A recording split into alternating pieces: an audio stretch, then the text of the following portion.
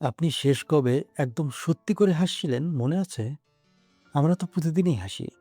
ছবি তুলি, স্ট্যাটাস দেই, সবাইকে দেখাই আমরা ভালো আছি। কিন্তু ভেতরে, ভেতরে সত্যিই কি ভালো আছি?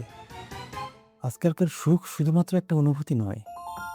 ফেসবুকে একটা পোস্ট, একটা ছবি, একটা ক্যাপশন, একটা fake smile, like, comment, share এসবই এখনকার যুগের, এখনকার সুখের নতুন স্ট্যান্ডার্ড। আমরা হাসি, আমরা বলি আমরা ভালো আছি। আমরা মানুষকে আমাদের ভালো থাকাটা দেখাই। কিন্তু যখন রাত হয়, ফোনটা সাইলেন্ট হয়ে যায়। চারপাশে কেউ থাকে না।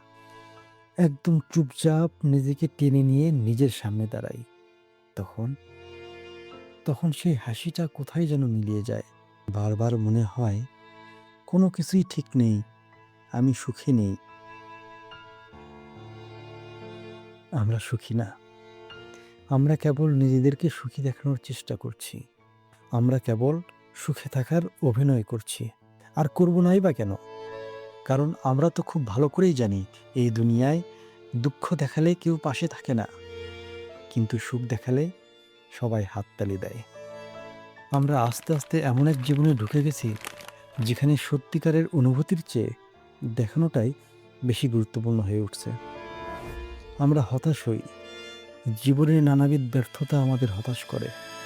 আমরা কাঁদতে চাই কিন্তু কাঁদতে পারি না। ভয় হয় কেউ যদি দেখে ফেলে। আমরা হাসি। হা, হা, হি, হি হাসি।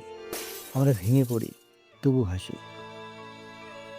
এভাবে চলতে, চলতে একটা সময় পরে আমরা নিজেদের কাছেও মিথ্যে বলতে শুরু করি। নিজেকে বুঝাই, আমি ভালো আছি, আমি সুখে আছি। যখন আসলে আমরা কেউ একদম ভালো নেই। সুখ কখনোই দেখানোর বিষয় নয়। সুখ অনুভব করার জিনিস। আমাদের সুখ যদি শুধুমাত্র স্ক্রিনেই সীমাবদ্ধ থাকে, তাহলে সেটা সুখ না, সেটা সুখে থাকার অভিনয়।